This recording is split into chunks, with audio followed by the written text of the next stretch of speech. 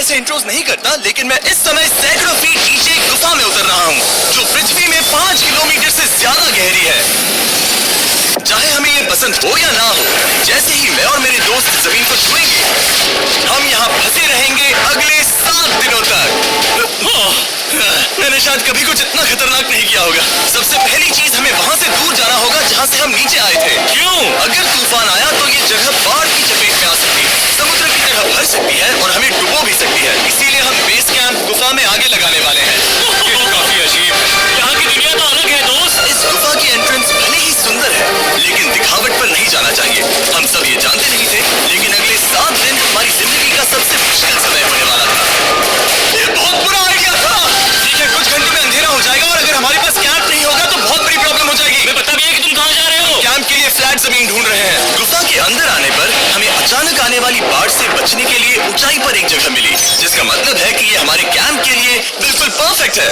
Perfect गलत शब्द होगा, मैं इसे ठीक जगह कहूँ। कैंप के लिए अच्छा है। हमने पहले दिन का बाकी समय अपनी सप्लाईज को जुटाने में लगा दिया। इनमें हर बैग का वजन 36 किलो है और जैसा कि आप फुटेज में देख सकते हैं, हमने लगभग 4 घंटे बिताए। इसे पार करना बहुत मुश्किल है।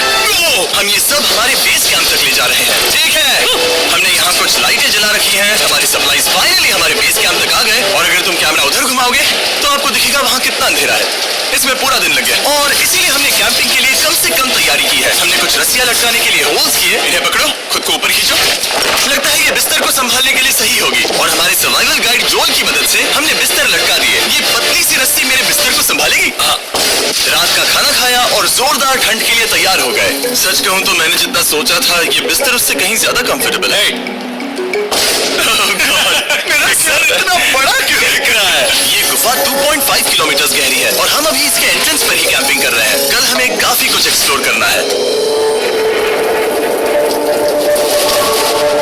तुम लोगों की नींद कैसे रही?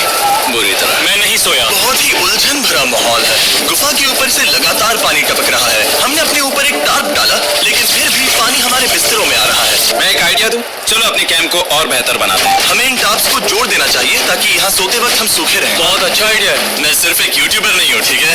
मेरा बिस्तर यहाँ तक निकलता है। अरे कोई मजाक है? मैं अभी अपने बिस्तर से निकला था यार। और हमें उस समय समझ नहीं आया, लेकिन ये गड्ढा लगभग 40 फीट गहरा है।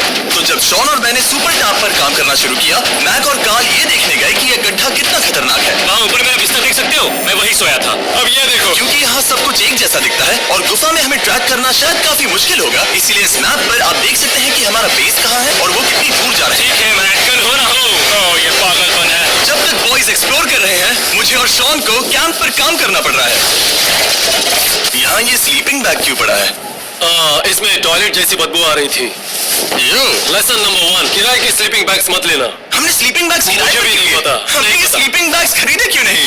हम टाप्स को जोड़कर एक बड़ा टाप बना रहे हैं। मेरी जिंदगी अब बस इस रस्सी के सहारे है। और इस बीच मैक और कार्ल अब भी गड्ढे में थे। Oh my God Mac. और आखिरकार वो कुछ समय बाद नीचे पहुंच गए। हमें इस वक्त कैंप पर काम करना चाहिए। हम बस ये दिखाना चाहते थे कि कैंप कितना खतरनाक है। बस गिर मत जाना, वरना मैं नहीं निकालूंगा। ओके। हालांकि उन्हें वापस आ जाना चाहिए था। कार्ल और मैक ये देखना चाहते थे कि वो कितनी गहराई तक जा सकते हैं। ब्रो, ये सच में पागलपन है। तुम्हें लगता है तुम ये नदी पार कर पाओगे? लेकिन इन दोनों को नहीं पता था कि ये नदी पूरे गुफा में फैली हुई है, जिसका मतलब है कि हमें इसमें कुछ समय बिताना पड़ेगा। लो आ गए। हाय। केंद्रीय खाना बन चुका है। हाँ, बन चुका है। सही कहा। एक नया घर है ना? Let's go.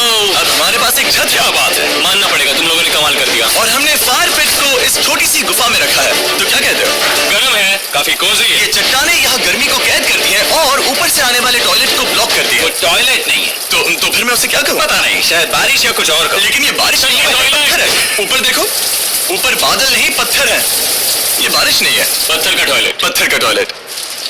पत्थर का टॉयलेट। देखा, मैंने कहा था ना। और एक सूखी रात की नींद के बाद हमने जोल, हमारे सर्वाइवल एक्सपर्ट को मदद के लिए बुलाया ताकि हम गुफा के अंत तक पहुंच सके। केव, केव, केव, केव, केव।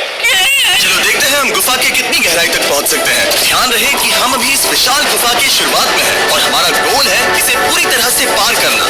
ऑफ कोर्स, बिना अपनी जान गंवाए। ओह माय गॉश, ये तो बहुत गहरा है। तुमने अब तक कुछ नहीं देखा।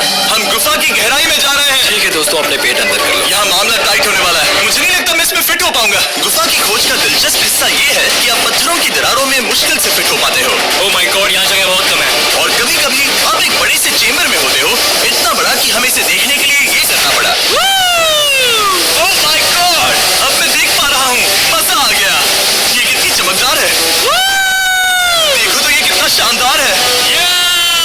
रोशनी इतनी तेज है कि मैं देख भी नहीं सकता, तो अंधा हो रहा हूँ। ओ नहीं, ओ नहीं, सोचने पर लग रहा है कि शायद हमने इसका सबसे अच्छा इस्तेमाल नहीं किया। रास्ता दिखाओ। और इसी तरह हम आगे बढ़े। संभल के, यहाँ पकड़ने के लिए एक हैंडल है इधर? और फिर तुम आसानी से अपने पैर को यहाँ रख सकते हो। इस तरह? हाँ, परफेक्ट।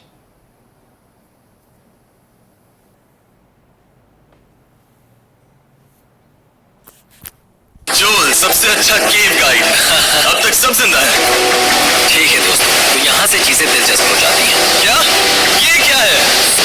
तो अब से वेट सूट पहनने होंगे, हम सब तैरने वाले हैं। कल मैक और कार्ल इसके बारे में मजाक कर रहे थे, लेकिन इस गुफा के एडवेंचर का बाकी हिस्सा एक जमा देने वाली नदी में होता है। Oh my God, ये पागलपन है। मैक सूट ही एक तरीका है जिससे हाइपोथर्मिया से बचा जा सकता है। हम ये क्यों कर रहे हैं? ये जिंदगी में एक ही